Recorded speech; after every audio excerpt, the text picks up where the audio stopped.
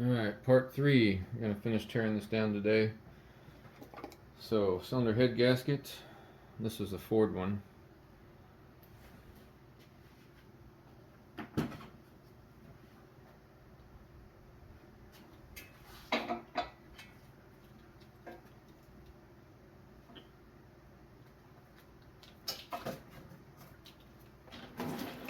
Make sure you got your drain bucket ready, because that's going to let all the fluid fall out. So we'll start with taking the oil pan off. These are 10 mil.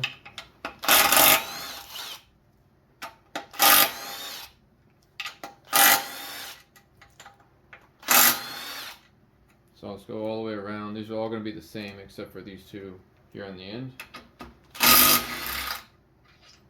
which are going to be long ones like that. So let's finish taking those off.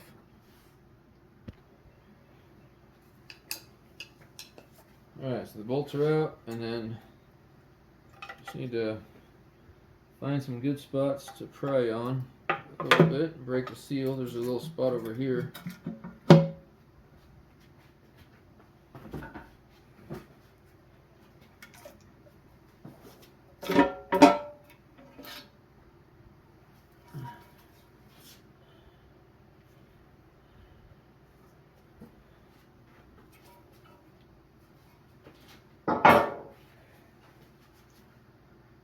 Okay, let's see if anything sticks out to us here.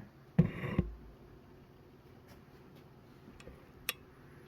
that's cylinder 1 there. There's the balance shafts.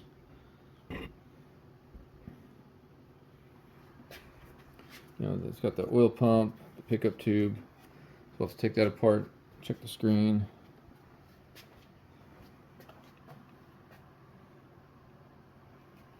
And we should have had it at TDC when I took it apart. Again, it helps to be able to see where the balance shafts are lined up, because those have to go back in the right sequence as well.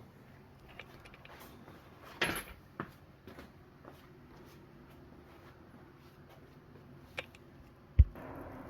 wanted to get in on here so you can see how the gears from the balance shaft line up with the crankshaft gear.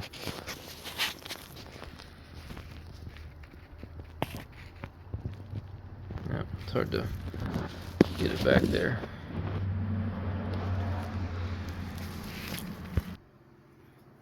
Take the oil pump pickup tube at the 5/16.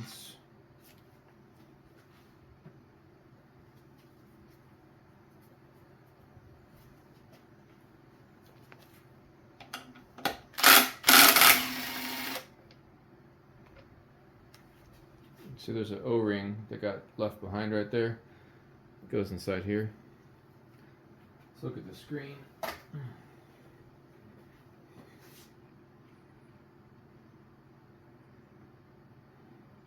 There's some stuff in there for sure. I don't know if you can see it, but that'll need to be cleaned out.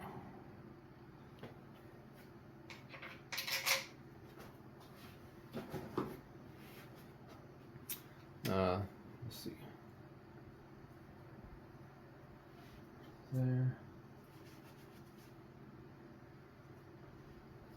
This is a 14 mil on here.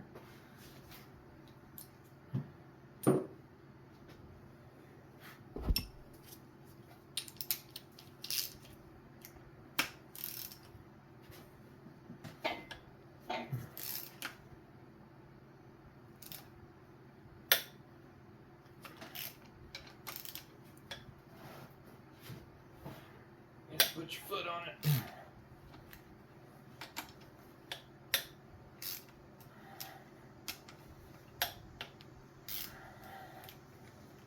Okay.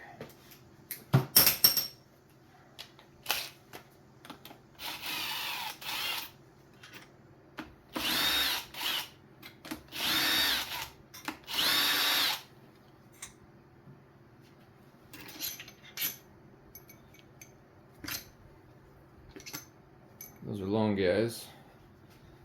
Okay.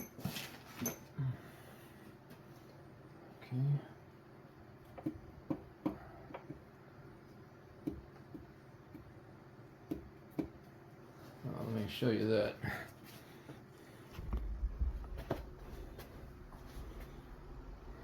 So right down here, I move the balance shaft, you can see it's connected right in there.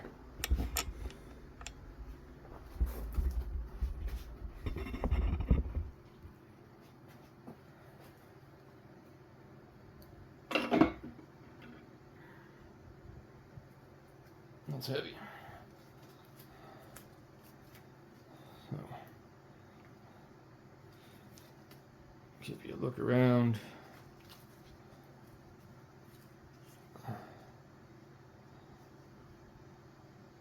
See how that moved when I took it out?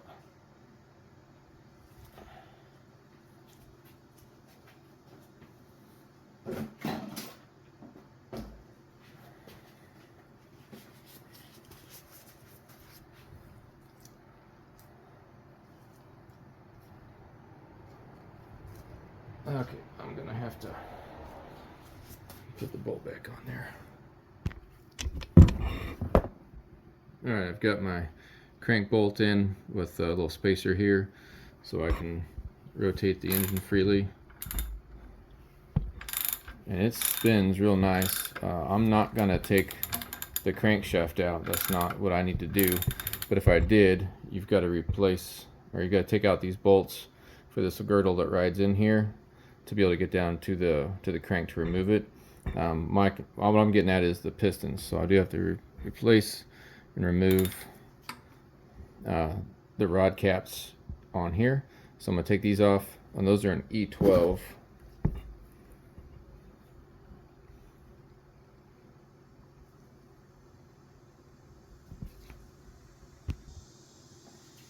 Alright, so we'll start with number 1 piston here.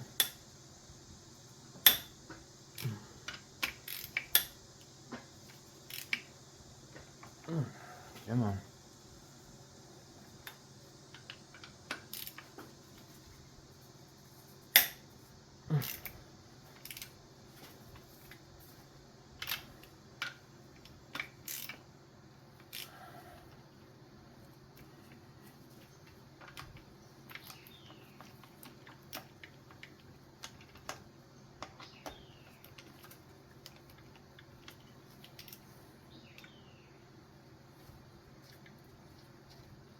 And these caps, they have to face the same direction when they go back on.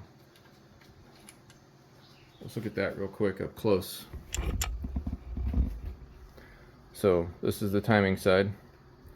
There's a little notch on all the rod caps.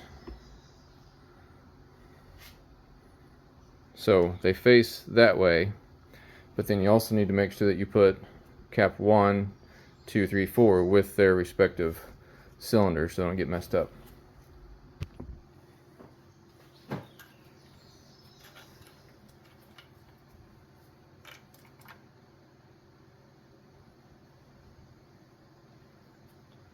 Okay, so the bearing stayed on here. Sometimes you can get it to come off with this, but it looks loose. I'll show you in a second.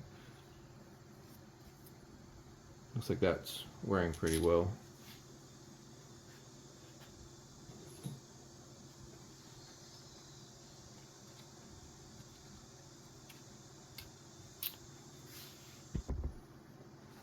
I'll get my magnet. I am replacing these, but just looking at them,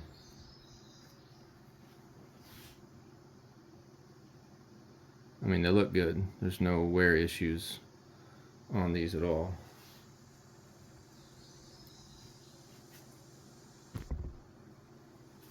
So as far as pushing the piston out, at this point you should be able just to push down on that and then give yourself a little bit of room, move the crank, and use something rubber that hopefully fits down in that groove. And then down below we're going to catch the piston.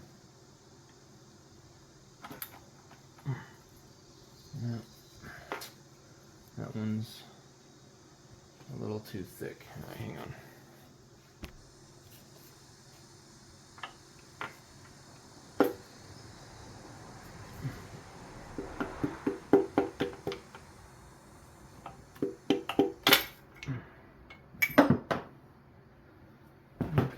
bearing kit.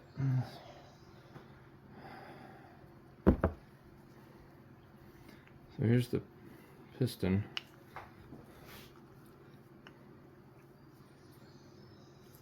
Got some side skirt wear, it's not bad. That one's got more.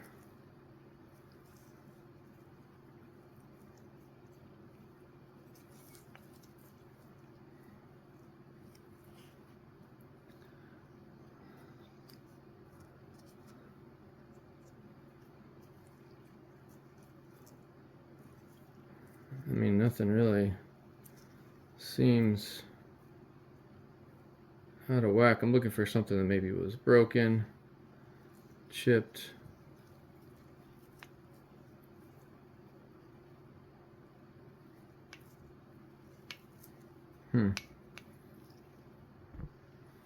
Alright, so again, I'm going to use my white marker and just make it extremely obvious which direction faces the front of the engine. Now on this number 1 cylinder piston, it's got Ford Motor Company on it.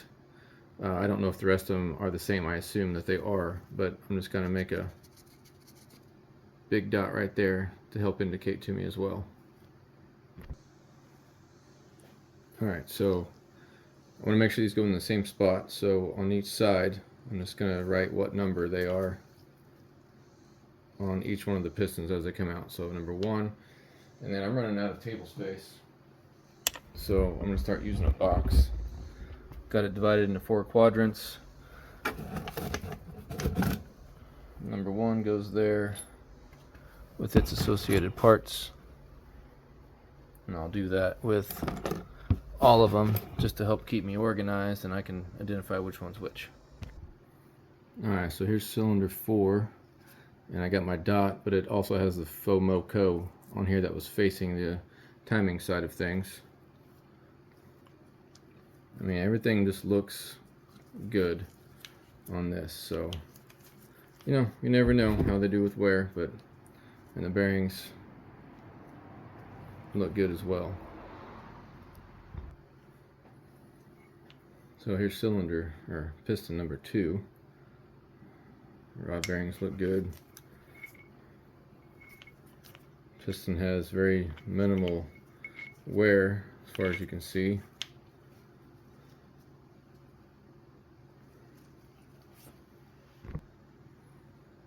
So number 3, again, the bearings look nice. I mean, the pistons, I mean, the wear looks nice. I mean, you can't tell when it's under heat, a heat load as far as what everything's doing. So we'll just replace the rings and put it back together. I wiped off my 3, so I'll redo that. Alright, everything's out. Let's just spin it.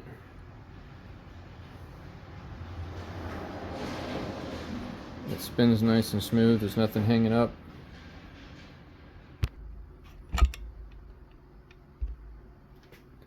Alright, that's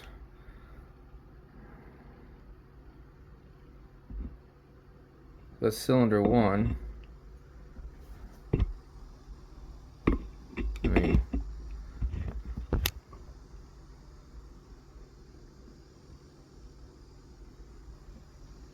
these all look pretty good. So, good news, bad news. Good news, doesn't seem to be any issues. Bad news, doesn't seem to be any issues.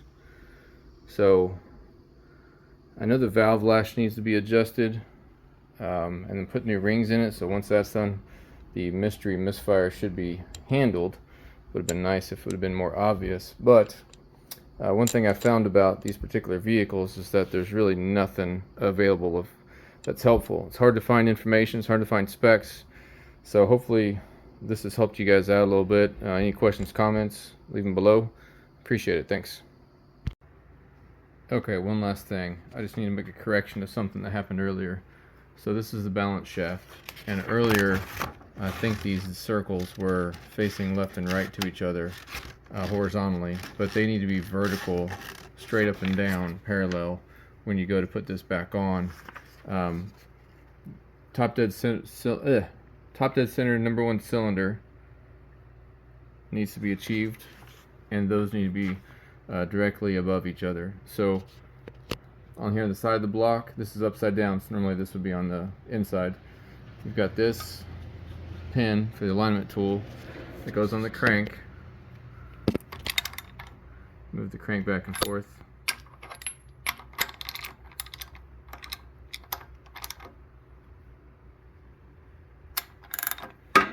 And then it makes contact with that pin, so you know that's top dead center. There's number 1 piston flush,